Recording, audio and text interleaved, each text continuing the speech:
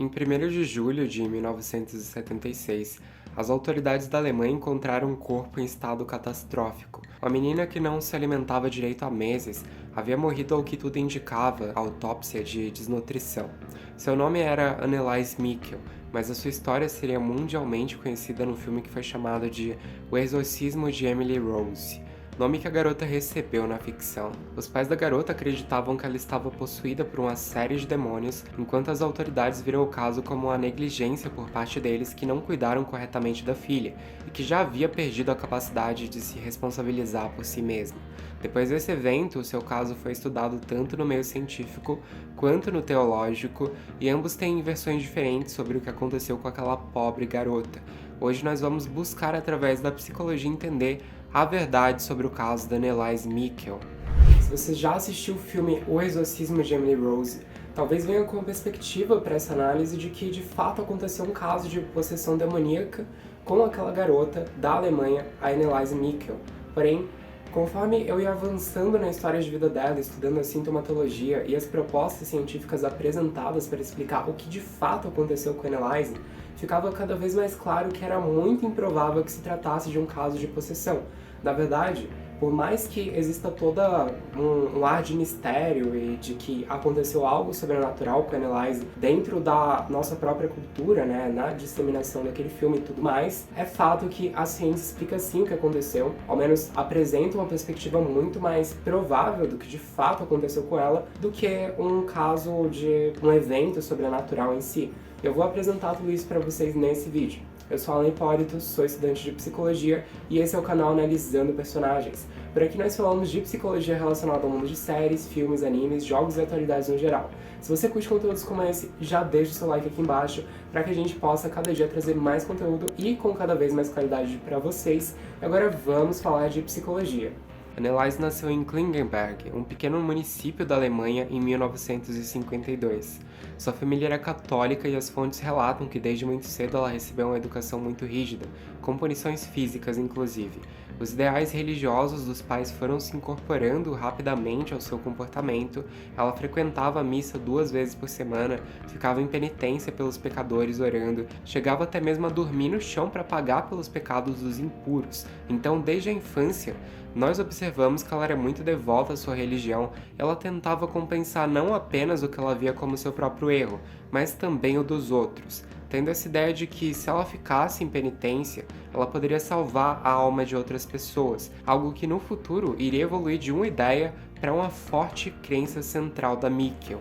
A garota buscava compensar um erro em específico, o da sua mãe, que havia tido uma filha antes de se casar, que sempre comentou com a sua filha que ela tinha agido contra as leis de Deus e por isso ela tinha a possibilidade de ir para o inferno. Isso obviamente influenciou nesses comportamentos extremos da Michel, que inclusive já naquela época, segundo a UOL, dormia nua sobre pedras para redimir os pecados de viciados em drogas que ficavam perto da onde ela morava. Além disso, a mãe da Michel impedia ela de conversar com garotos da sua idade, temendo que ela tivesse esse mesmo caminho de transar antes do casamento, sendo um outro aspecto que foi se incorporando na sua educação extremamente rígida.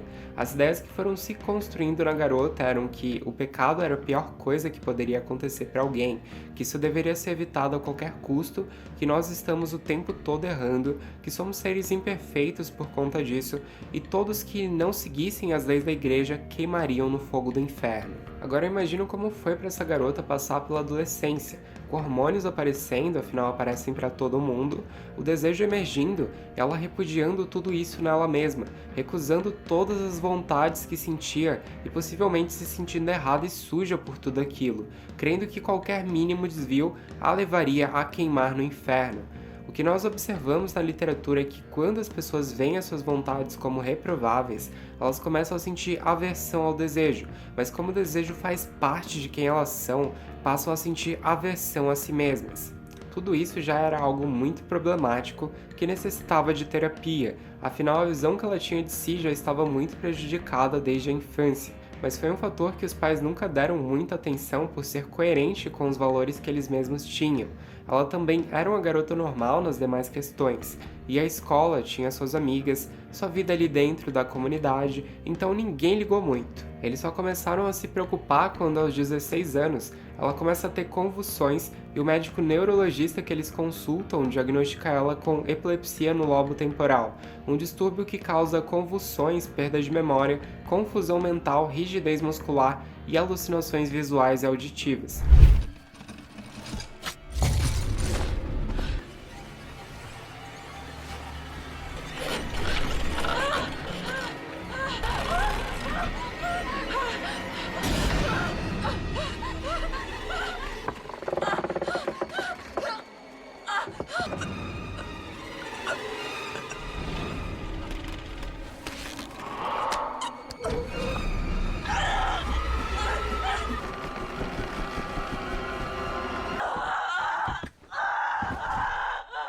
De início, eles começam o tratamento com a medicação anticonvulsionante, isso deu uma acalmada em todos em um primeiro momento, a Mikkel volta para sua rotina e consegue ficar bem ali por algum tempo. Ela termina o ensino médio, começa a fazer pedagogia, mas desenvolve depressão nesse meio tempo, e é colocada em um hospital psiquiátrico onde ela passa cerca de um ano. Ela se afasta da religião e o seu quadro piora. Ela começa a ouvir vozes que diziam que ela ia para o inferno, estava condenada, acreditando que um demônio estaria dizendo isso tudo para ela. Ela vai novamente ao médico, explica tudo para ele e o doutor muda o diagnóstico da sua condição para esquizofrenia. Isso me lembra o aspecto sensacionalista do filme. Então supõe que o Gambutrol teria ajudado, mas não sabe ao certo. Suposição sensata, mas não, claro que não posso garantir. Doutor, essa doença epilética psicótica é um termo médico comum ou foi criação sua? Pode ser que na época a ciência ainda não soubesse, mas de acordo com o DSM-5, a psicose pós-ictal, definida pela presença de alucinações, delírios ou comportamentos muito fora do que um ser humano habitualmente faria, pode afetar até 7,8% dos pacientes com quadros de epilepsia. Lembrando que a esquizofrenia é um tipo de psicose. A epilepsia no lobo temporal também tem uma relação comórbida com a síndrome de Gershwin, um distúrbio marcado pela hiperreligiosidade, levando a uma preocupação exagerada com temas morais, éticos e religiosos. 3 médicos psiquiatras descrevem que, abre aspas, há também elevada prevalência de alterações de personalidade nesse grupo que não caracterizam algum transtorno descrito nos manuais contemporâneos, fecha aspas, ao se referirem à epilepsia no lobo temporal. Ela então começa a tomar antipsicóticos após o diagnóstico de esquizofrenia e as fontes não referem se o tratamento para epilepsia para ou se ela faz ambos ao mesmo tempo. Cai novamente na questão que eu falei. Eu não sei se a ciência na época tinha conhecimento que essas duas condições podem ocorrer ao mesmo tempo, dificultando assim um tratamento que abrangesse todas as demandas de saúde mental da Anneliese. Como a Mikkel não para de ouvir vozes, ela passa a acreditar cada vez mais que a sua condição não era médica, e sim espiritual. Importante destacar aqui que os sintomas não somem imediatamente após o início da medicação.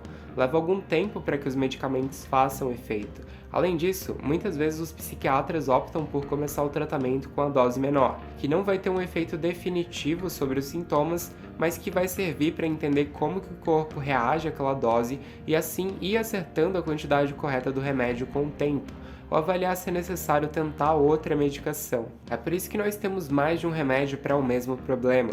Algumas pessoas vão se adaptar melhor ao medicamento X e outras ao medicamento Y. A medicina não é uma ciência exata, é uma ciência biológica, portanto, a intervenção farmacológica vai depender de como cada organismo reage ao tratamento. Enfim, por não ver resultados neste início do tratamento, a Mikkel vai até sua mãe pedindo para procurarem o exorcismo como solução para o seu problema, podendo até mesmo ter sido influenciada pelo nome que a doença recebia na época, chamada de o Grande Mal. É um termo que leva a uma associação direta com aquilo que está oculto, algo que provém de forças além da compreensão, e para alguém como a Mikkel, ouvir esse termo com certeza foi terrível. Inclusive, temos até hoje teólogos que tentam justificar a esquizofrenia como causada por forças malignas, somando isso ao fato dela estar afastada da religião, ter uma visão muito rígida de si mesma, Como uma pessoa pecadora, ela poderia facilmente acreditar que estava sendo punida por algo errado que fez. Mas por fim ela convence a mãe, não que tenha sido muito difícil, já que se tratava de uma pessoa muito religiosa, e ambas vão atrás de um padre buscando o exorcismo, e ele chega à conclusão de que não haviam sintomas suficientes para acreditar que ela estaria possuída, que seriam necessários dentro do que a Igreja Católica acredita, outros aspectos como falar outras línguas, latim especialmente, já que segundo os cristãos os demônios são sempre fluentes nesse idioma. Além disso, como critério do catolicismo para identificar pessoas possuídas, a aversão a objetos religiosos deve estar presente. O padre então recomenda que ela continue buscando tratamentos de saúde mental. Ela retorna para casa e os sintomas que ela não tinha passaram a ser apresentados pouco tempo depois de ver esse padre.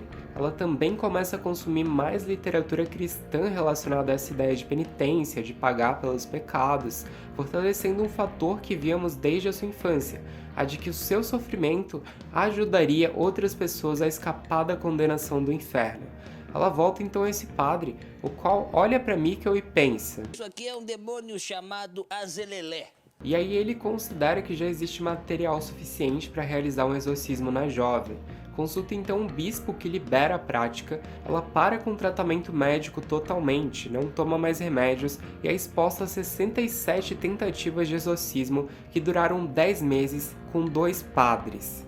O quadro só piora, ela se machuca, se recusa a comer, fica tanto tempo de joelhos, como parte das atividades de exorcismo, que começa a ter lesões nessa região, perde peso, continua em intenso sofrimento.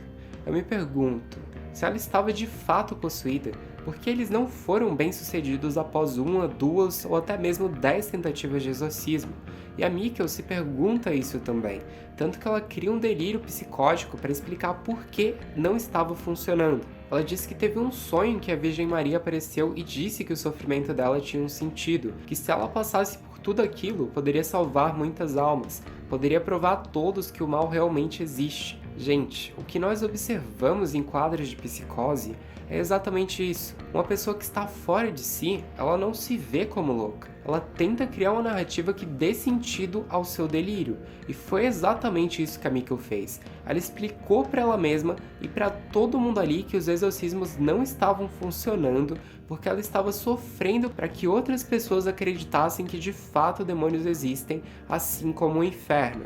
Uma das piores coisas a se fazer nesses casos é apoiar o delírio. Se ela acreditasse que era a reencarnação da Virgem Maria ou que estava sendo vigiada pela NASA, ninguém apoiaria esses delírios. Mas o conteúdo psicótico foi associado à sua história de vida extremamente religiosa. A coitada da menina não tinha culpa disso, ela estava doente, mas será que em nenhum momento passou pela cabeça dessas pessoas que tinha algo errado acontecendo? Que se os exorcismos não estavam funcionando, a condição dela poderia ser explicada por algum outro fator?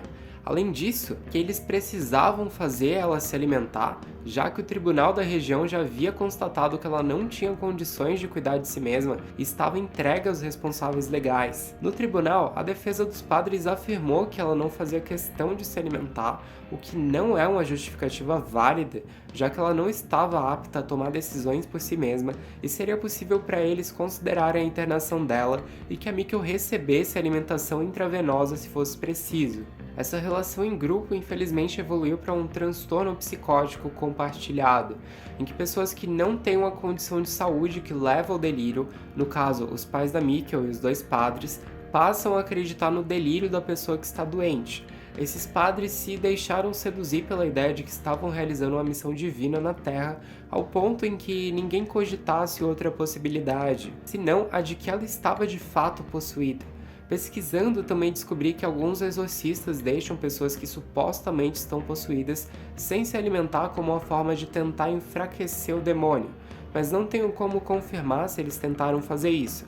Não existe evidência conclusiva sobre essa questão. Pelos danos auto-infligidos, a perda da capacidade de recuperação do corpo por falta de alimentação e hidratação, o desgaste físico e psicológico, Mikkel morre de desnutrição aos 23 anos, algo que poderia ter sido evitado, segundo os médicos, se ela tivesse sido alimentada até uma semana antes da sua morte. Os pais e os padres são acusados de serem negligentes com a sua morte, Os pais são absolvidos porque, de acordo com a justiça alemã, eles já tinham sofrido o suficiente, um critério da legislação de lá, enquanto isso os padres são condenados. Como principal prova de que a Anneliese estava possuída, os padres apresentaram fitas de áudio e vídeo mostrando supostas manifestações dos demônios presentes no corpo dela. Eu vi essas fitas e os vídeos, realmente são muito perturbadores ao extremo. A voz dela é muito diferente nessa suposta condição de possessão em relação aos momentos em que ela fala com a sua voz normal. Mas observei uma questão interessante. A Anneliese disse que estava possuída por 6 demônios, sendo eles Lúcifer, Caim, Hitler, Nero, Judas e Fleischmann.